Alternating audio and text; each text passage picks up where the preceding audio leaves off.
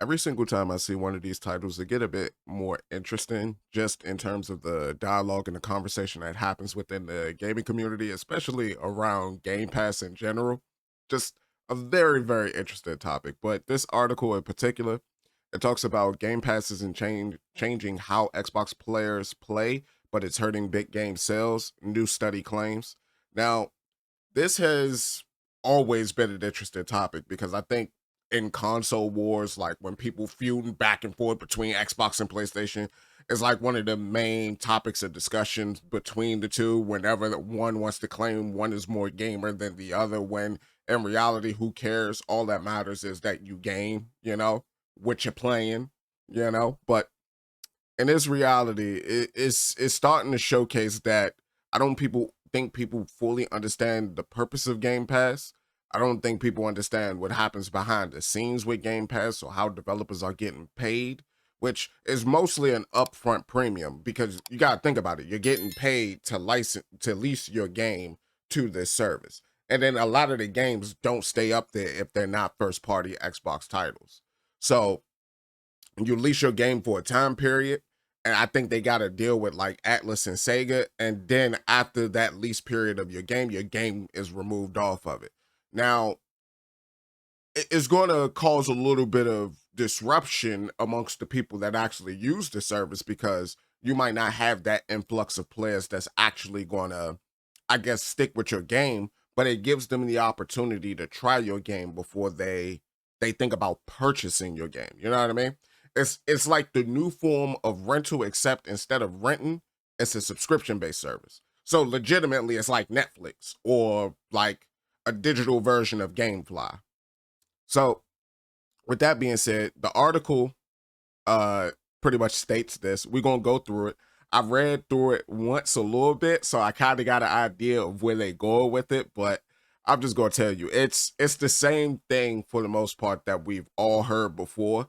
I think this is just individuals that don't understand the model that is of a subscription service and what it's there for. It's similar to like SaaS products, but I don't think people get that. But here we go.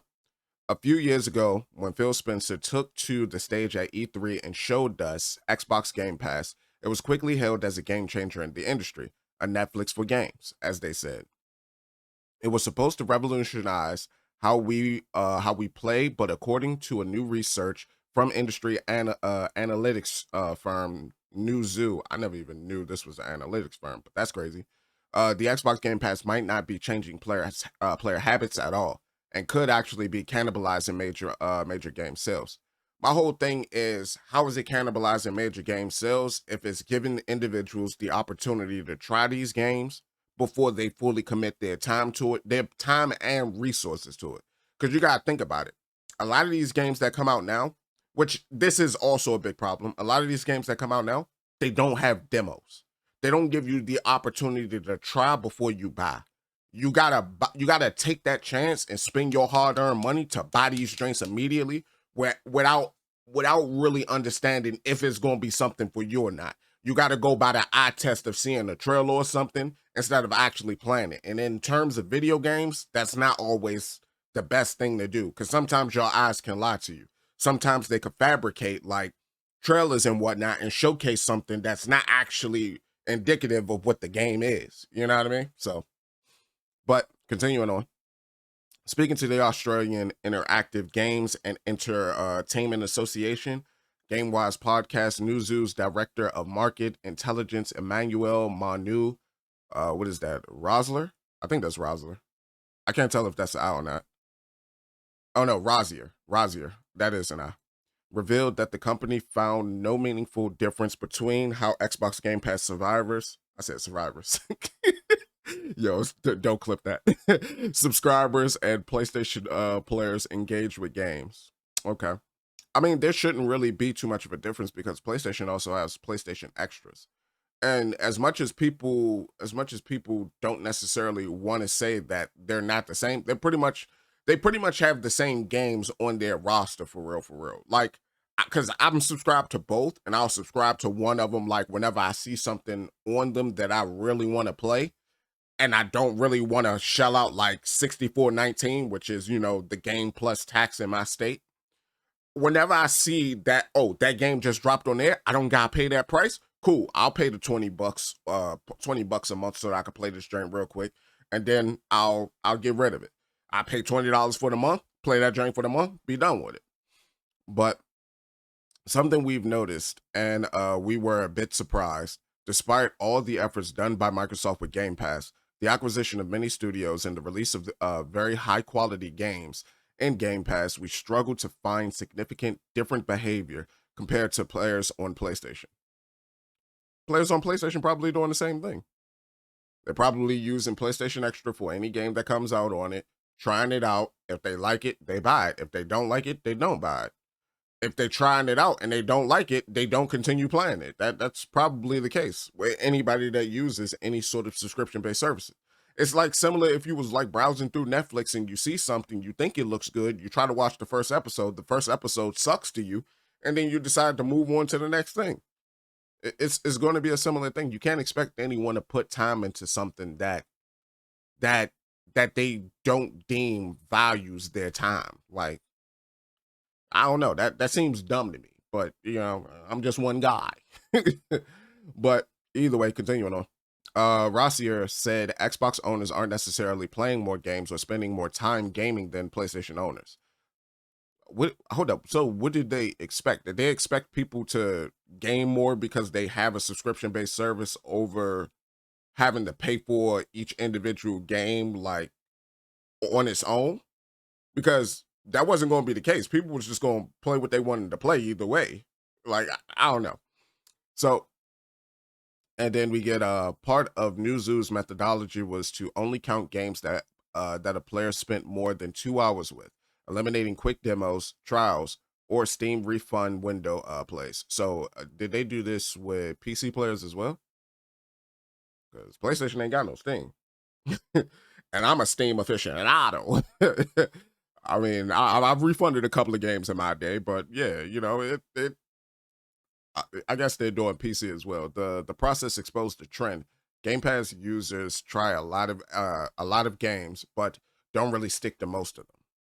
Okay, there's so much offering in Game Pass that if you're not getting hooked on the game very quickly, you just go on another one. Yeah, why not? And you try another one until you find the one where you will get hooked. Yeah, that's the point of being able to pick and choose what you want when you have a mass library that you're subscribed to. That's the whole point.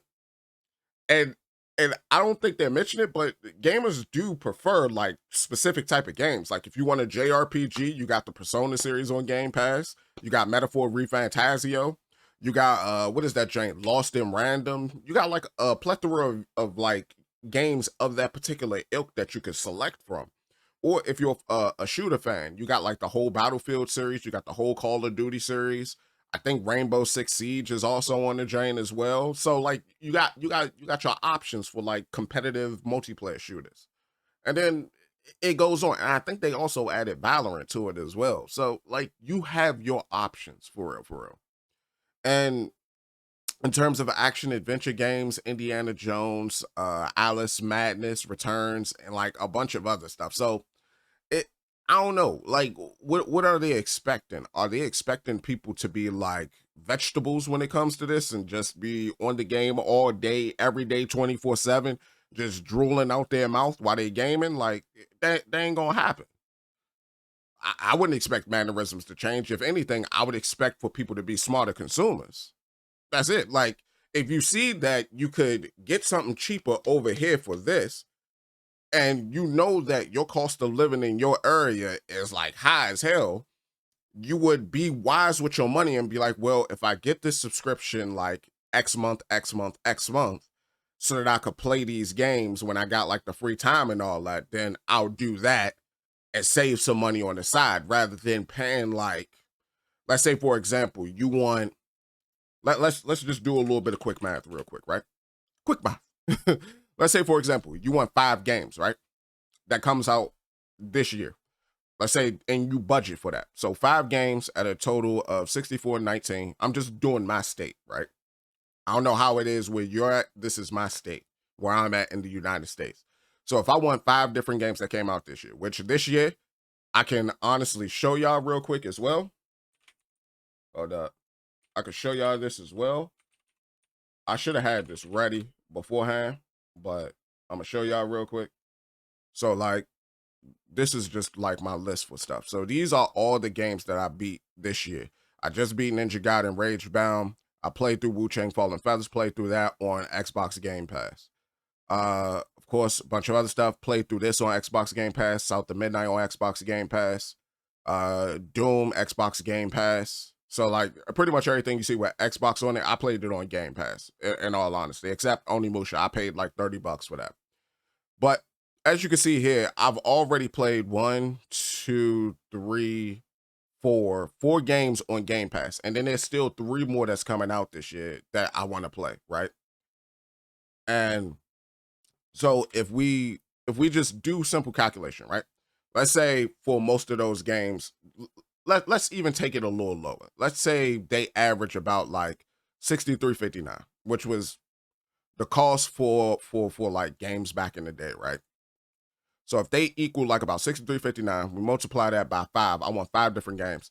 That's already $317. Whereas I could pay like, let's say $20 for 6 months just so that I could play those games. That's $120. Already I'm cutting like that $317 number like by 60%. Daggone there. So I don't know. To me, it's just a no-brainer to use like these subscription services, especially like a Game Pass. And it's because a lot of some of these games that's coming out, they are day one on that service that I want to play. And why not just use that to help cut my costs for my gaming hobby? But it be what it be. Especially because like I'm big into budgeting now as well. My bad, I keep jumping from topic to topic, but I'm big into budgeting now. So it's like I'm trying to conserve my money because sometimes you might not have it when you need it, and you want to have it when you need it. So I don't know, man. There's so much offering in Game Pass that if you're not getting hooked on a game very quickly, you just go from one, go on another one, and you try another one until you find the one where you will get hooked. Yep. And that's I'm not gonna lie, that's true, but that's the same thing for anything. If you had demos, people would do the same thing. They wouldn't buy your game immediately if you had demos.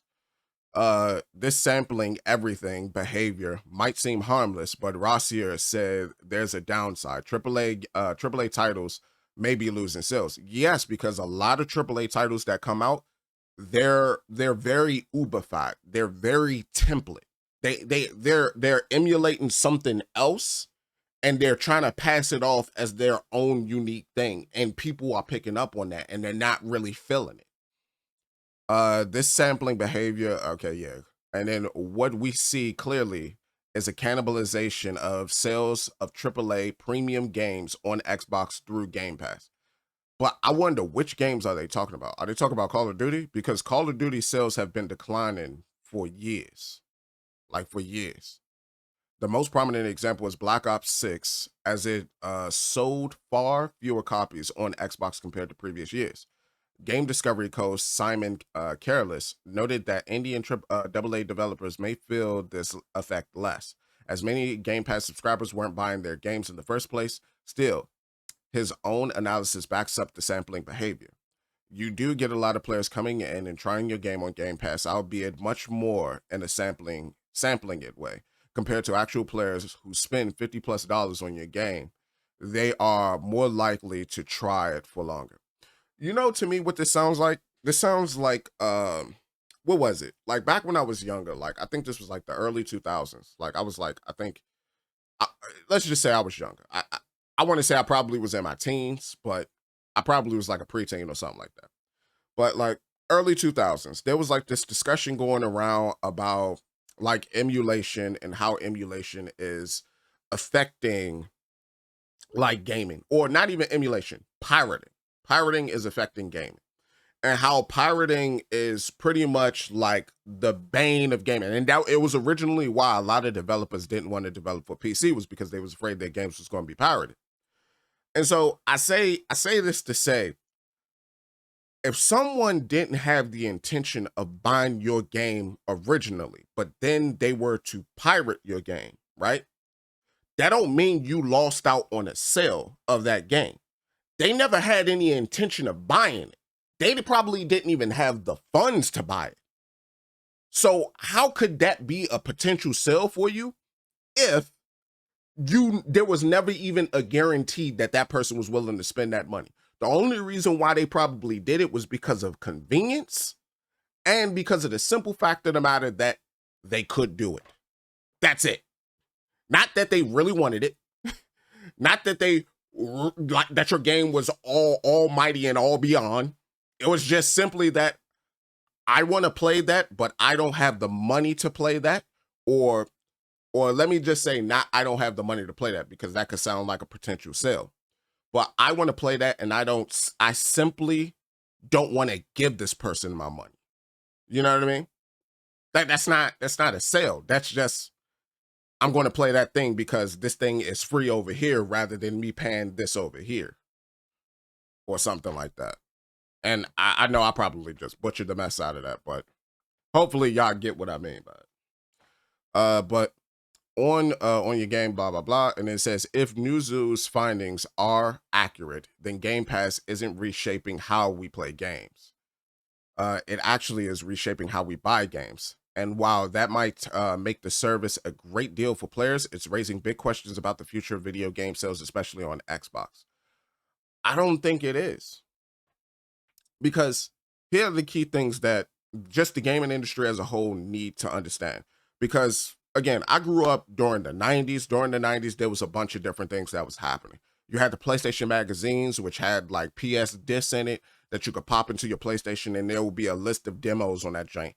Early 2000s, Xbox magazine, similar situation, list of demos on that joint. You could play the game. There used to be developer diaries on those discs that you could watch. I remember watching the one for Fable, the one for Halo, a bunch of joints, right? And there was various ways for like the gaming industry to interact with the consumer, right? And back then there was a lot of passion, a ton of passion, like the games that was being made. And granted, you could say because it was more so in its infancy and like things were happening at a rapid pace and technology was ever changing, ever evolving. But games were it seemed like they were being made with love and care. You know how like when they talk about like these cookies was made with love and so they taste extra special? Like when really they probably just put a little bit of LCD in it or something like that. But what I mean by that is just, it seemed like a lot of developers actually cared about the product that they was putting out.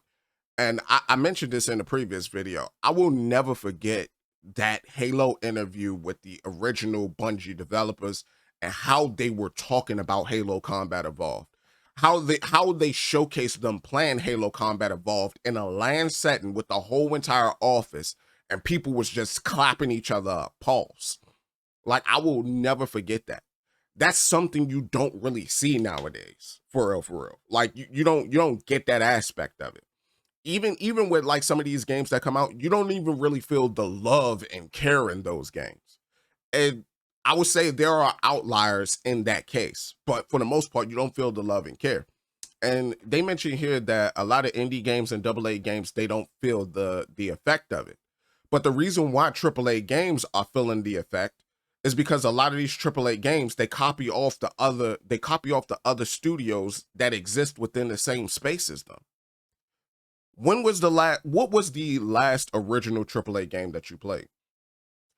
You could say Astrobot. Yeah, all right, okay, so they did some interesting things with what was it? With like the motion detector and all that. To me, Astrobot just looked like a version of a Super Mario game. In my mind, looked like a Super Mario game. Or it looked like PlayStation pretty much trying to go back to their roots with like some of their old collectathon platformers like Spyro, Crash Bandicoot, Ape Escape, like things of that particular nature. it didn't really look like anything new. It looked like they tried to do interesting things with the technology that was there, but it didn't look like anything new to me.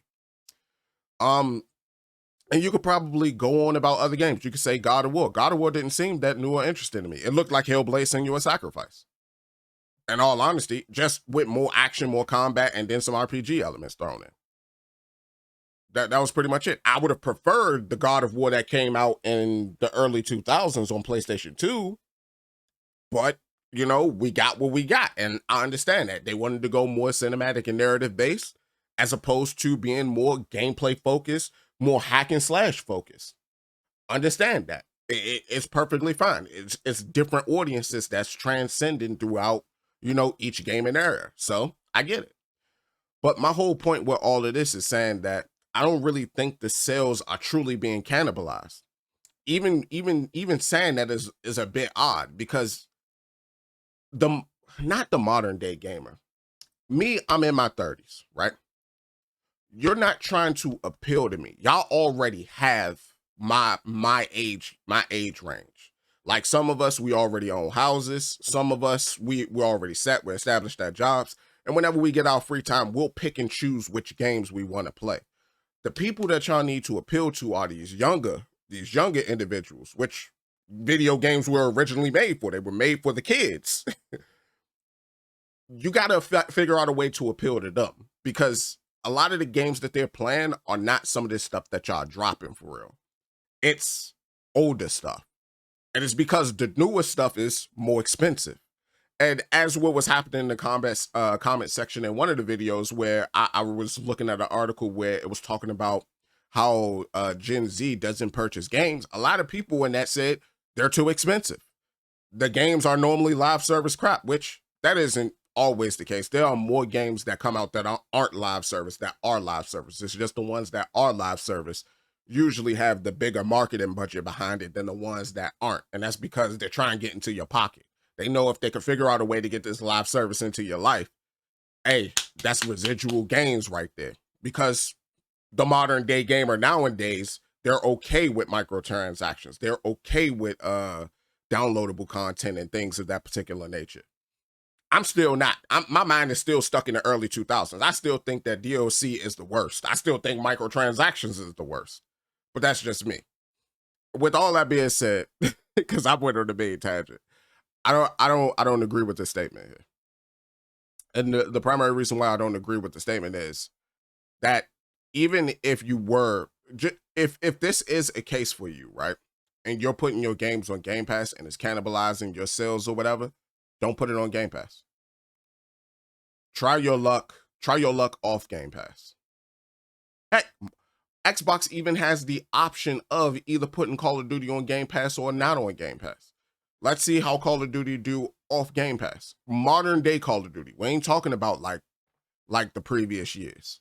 This Call of Duty as it is today. Let's see how it does off Game Pass. Because I will tell you immediately, I didn't buy that one. I didn't buy the one before that. I didn't buy the one before that. Last Call of Duty game I bought was, I think, 2019. I ain't buying Call of Duty no more. But when it did come out on Game Pass, I tried it for about a week. I got off of it. It was that. But with that being said, thank you all so much for watching. I'm going to catch y'all on the next one. If you enjoyed the video, be sure to leave a like. And if you got any questions about anything, or if you got anything you want to say about this, how do you feel about it? Because I think this is stupid. Let me know down in the comment section below. Until next time I catch y'all, deuces.